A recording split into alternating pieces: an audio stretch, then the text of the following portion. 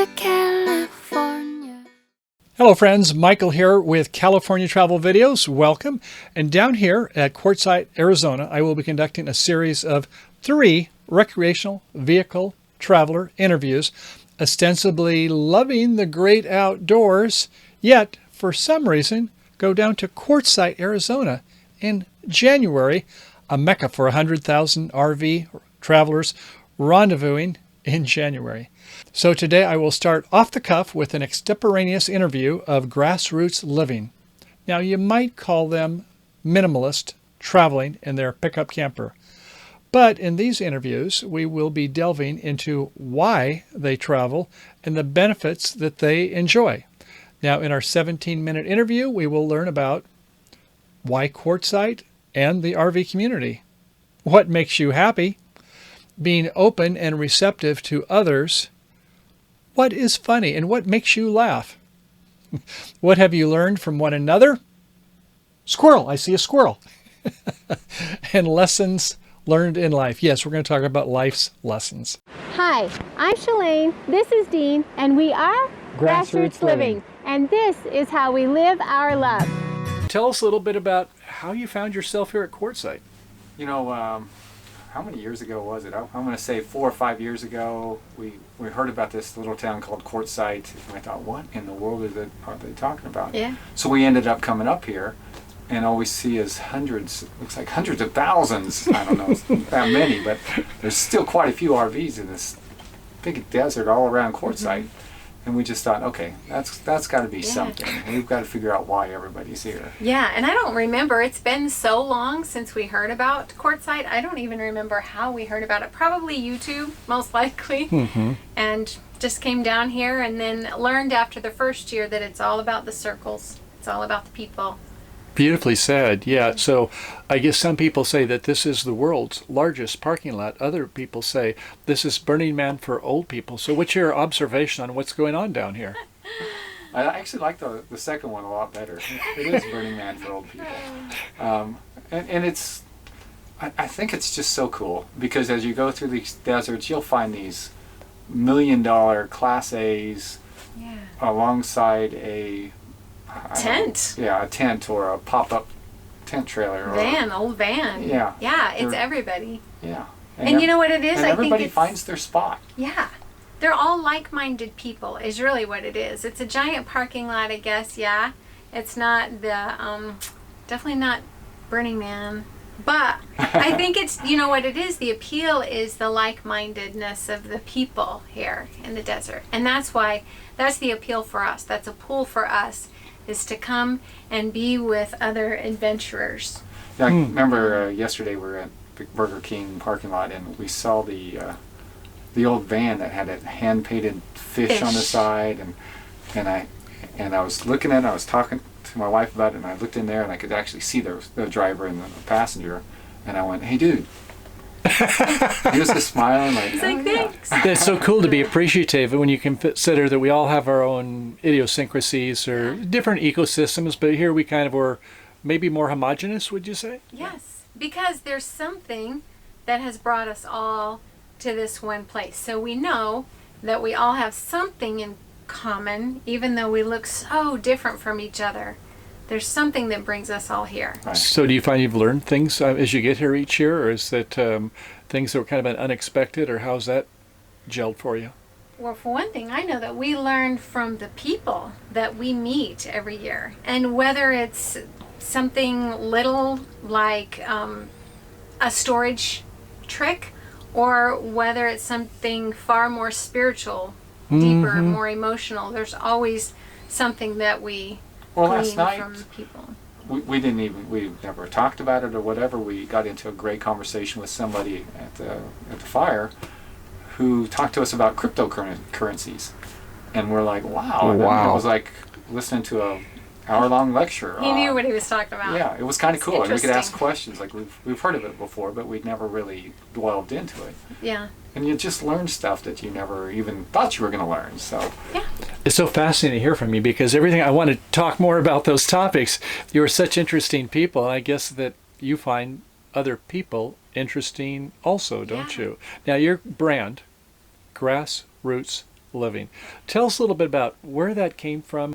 So how do you come up with like grassroots living, or what should it mean to other people? Go ahead. Okay, so for starters, our last name is Grassy, so there's a Yes. piece there Uh-huh. in that. Okay, but also we just think about sometimes there's so much going on around us that we forget to get down to the grassroots of what really, really makes us happy, and we just start to live what we think, how we're supposed to live, like how society tells us we're supposed to live. But do we ever get to the grassroots of what makes us happy? Right? Yeah, and that's really the key.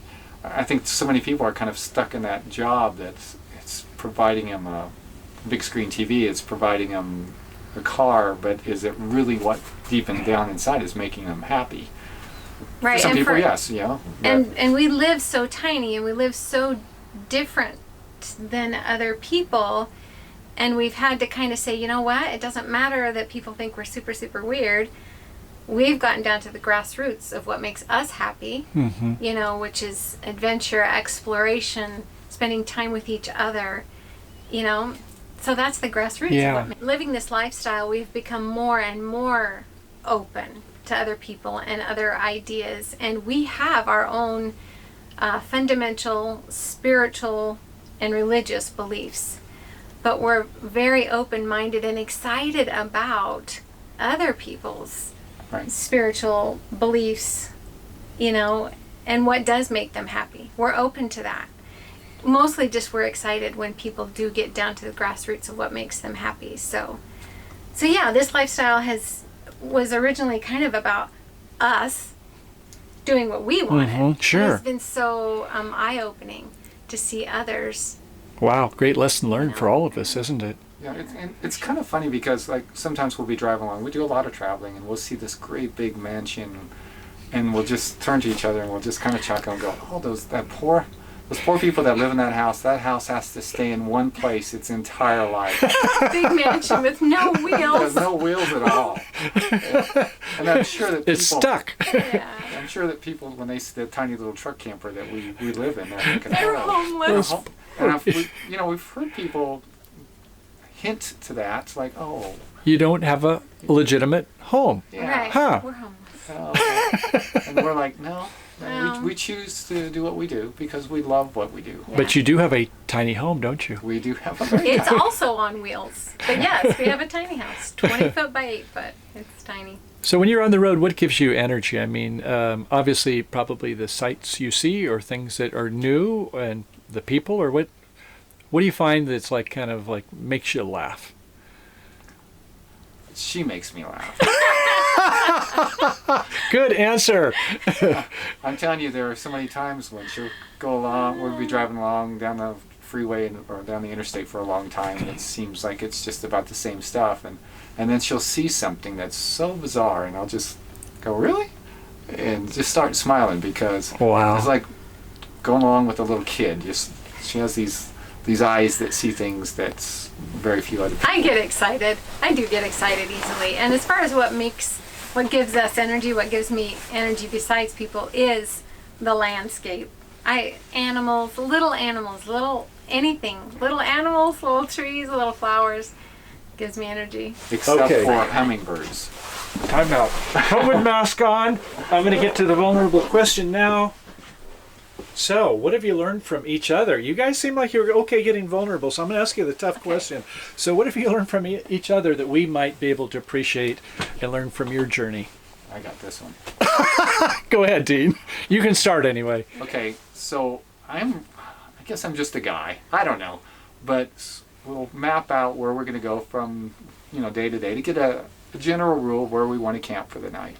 And so I'm all about, we get in that truck and we drive down that road as fast as we can to get to that spot that we've designated as the spot that we're going to stay. Discipline. You'll be happy and fun when you get there, right? Exactly. And then we can go and explore what we need to explore there. And, well, she's more of like on the movie Up, the little dog that just goes, "Squirrel!" And so we're driving down the road. She's, "Oh, let's stop here. Oh, let's stop here." And so between the two of us, and we kind of came to this realization that we got these two different things that are always competing. And so we said, okay, I said, I don't mind if you plan different things along the route that you want to stop at and then tell me before we go. And then it's already in my head. And so I'm like, okay, so we're going to get from here to here, but we're going to stop here and here and here and here along the way. Now, it's already in my mind, and it's okay. It's part of the plan. And so it's, I don't know, it seemed to work. Yeah, because he's a destination kind of guy, and I'm a journey kind of girl. So, you know, I have learned patience, and he has learned patience. So, yeah. And then, so here's the trick, ladies, or for whichever one of you is the squirrel watcher. So plan, like he said, along the way. But then when you see something and you really want to stop, but it wasn't planned, just pretend you got to go potty. This is a tool that she uses a lot. Oh, okay. Yeah. I mean, you literally say, I think we need to pull over for a health break. Yes. Yes. Because if there's a really cute little store and you see it and it's coming up and you're like, I didn't plan it. Babe, I have to go potty really. And I'll say, but you just went 15 minutes ago, and then she'll say, But I'm the mother of your children, and do you know what that And then I got nothing. Yeah. Well, just on this note, I found, because we have very much the same thing, and that's why I think Dean, you and Shalane are just like Grace and I, in that she sees a lot of squirrels, but I found that she sees more squirrels after she's had the second cup of coffee.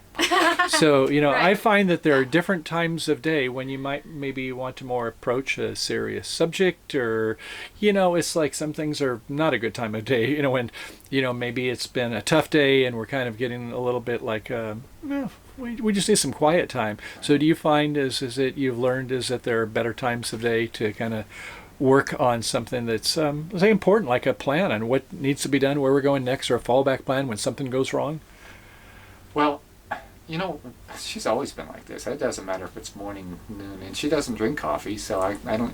She's always been like that. She just wants. She sees something that catches her eye, she wants to stop. But here's one thing I will tell, especially those people that are the destination kind of person. There are many, many times where I'm just going, oh, thank goodness we stopped. I never would have seen this had we not stopped. Yeah. And if it was my mind, I would have just driven by these wonderful things. Now, there are a few times where I'm like, oh, why are we here? Oh, this is as bad as I thought it would be. But that doesn't happen very often. And the times that we stop that are just great experiences far outweigh the other ones. Yeah. So, And as far as quiet times with just each other and what's best for us, you know, as far as planning and just quiet times, early morning or in the evening. Usually in the morning we start with our scripture study for the day. Yeah, you've got your rituals, right? Yeah. But in the middle of the day is not good as far as having, you know, especially if deep you've had conversations. Because I do squirrel all during the day, no matter what. It's hard for me to sit and just have a conversation about something, but once I know everyone around me is taken care of and we're in for the night, then we can have those quiet personal conversations. It just had an epiphany. Watching the two of you made me think that Dean and we need some blood transfusions from our spouses so we can get some of this high energy. We need to have some squirrel octane sometimes, I think, don't we? I don't know if there's anything we missed, but there's always so many good questions, but maybe you have some things that you'd like to share about yourselves that I haven't asked about. So how would you like to kind of wrap it up? What comes to your mind that you'd love to share? Well, we always tell people, you know, we've been married 31 years now, that we're still on our honeymoon. Yeah. And she is my best friend, Yeah. and we knew it from the beginning. And we met at a church dance, in fact, and the very next day I asked her to marry me, and a month later we were married, and we've had 31 years of wonderful bliss. And so... Except when he gets on my nerves. Oh, that. And then you go take a walk or get some fresh air. At least breathe hard 3 times before you say something. Yeah. He knows if I say I'm going for a drive. Oh, okay. I did something wrong. That doesn't happen I was very gonna often. say, that's once every 10 years. Rare. So. That's pretty rare. Enjoy the journey. That's so cliche. It really is so cliche, but just enjoy the journey and just go go. I just have found such blessings in our travels, in our lives, when I've just been open to meeting new people and to new ideas. This morning we were having Bible study around the campfire with Emma and a few others, but Emma is a young girl from Diary of a Family. She's only 9 years old, but she's so insightful. And had I not gone out, she had asked that we had a campfire, a morning campfire, and I kind of wanted to just sleep and not go in the cold. And then also, she's so young that you would think that maybe she wouldn't be so insightful. So if I hadn't gone out and opened my mind to this idea and to her as a young person, I would have never learned the things I learned this morning, because she's so insightful. Right. Anyway, so I guess my point is to always keep your mind open. There's so much that I've learned on this journey, you know, to new people and new ideas, and yeah. But find out what makes you happy. That's the key. Yeah. Because I can't tell you how many people are like, they walk into our little truck camper and go, oh, I couldn't do this. It's not for everybody. Yeah, it's Our not. lifestyle's And not we for understand that. We understand some people love to live in the luxury of a big, luxury Class A, which is fine. We're happy for them. They thoroughly enjoy it, and we think that's great. They've found their love. You know what I always say? You do you, boo. That's what she said. I've not heard that one very often. I like it. But no, when you think about yours, it's like a Taj Mahal compared to a lot of people that live in a van. Right. And they are True. very happy in their vans also. So we Because can become homelessness adaptive. is a state of mind.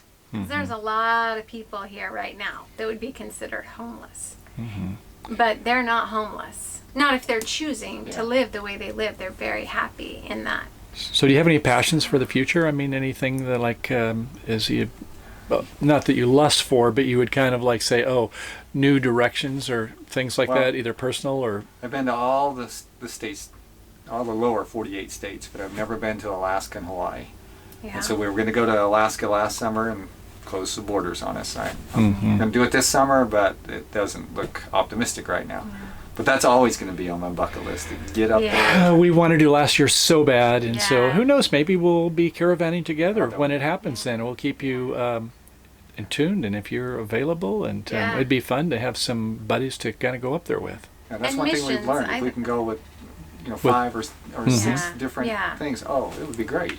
I'm hoping in the future to be able to serve missions as well. Do mission trips. Yeah. They're very expensive, and To other countries, you're saying? no, not necessarily. Maybe, but Could be local even. could be local Uh-huh. even. We'd like to do missions for our own church year for what, I don't know, service missions, whatever. They tend to be quite expensive, so maybe if our YouTube channel ever just blows up, Blossoms out. You've got a good start. You're we doing make everything right. $1 billion.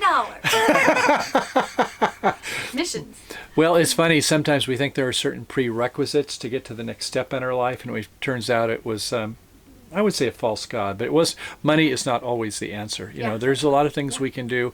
I mean, I love the saying attributed to, I guess it wasn't by St. Francis of Assisi, but preach the gospel daily. Yeah. Use words only when absolutely necessary. So I think the way you all live your lives, it shows is that you are doing the mission daily. So whether you know it or not, people just watching the way you lives and the types of things, it's a successful marriage, and the people that you reach out to and touch is like you are doing a mission. So I hope you will remember that. Thank you. Thank you. I appreciate that. Well, thanks again for being here. I really appreciate it, and we look forward to going over to GrassRoots Living and watch more of your videos. Thank you. Thank you. As you say, peace out. Bye Peace for out. now. Well, okay, thanks for being Okay, here I hope you today, enjoyed- and I hope you enjoyed the show. And once again, if you haven't already, be sure to hit that like button and subscribe. I think like up there, subscribe down there, wherever you find them on your screen, if you're mobile or a desktop version. And we look forward to getting more interviews to you. Next time coming up, we're going to be having, let's see, Garrett and Carolyn. Yes, with Diary of a Family. 5 of them, a handful. Great people. The 2 parents and their 3 kids. Well, we'll be sticking with the parents. The 3 kids are a lot of fun. I love to play Frisbee with them as well. But we'll make them the next interview, and we'll have something that will contrast and show where, they're friends. So we're going to go ahead and take a look at a family's perspective. And then the last one we're going to have is with Brian, Lucy, and their wonder dog, Lucky, on their YouTube channel, Whoa, Nellie, RV Adventures. Now, that's the name of their Class C RV. So, as you might guess, I was happier when they were driving ahead of me rather than behind me, just in case they were having braking problems.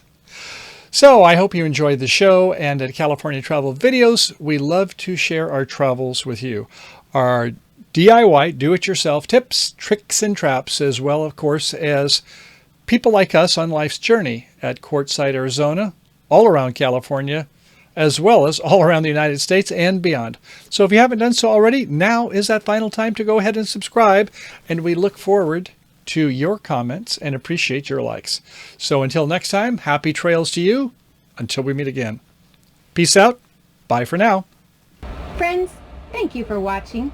We have missed you. We're glad that you're here, and we're here, and that we're friends. I kind of sounded like Mr. Rogers.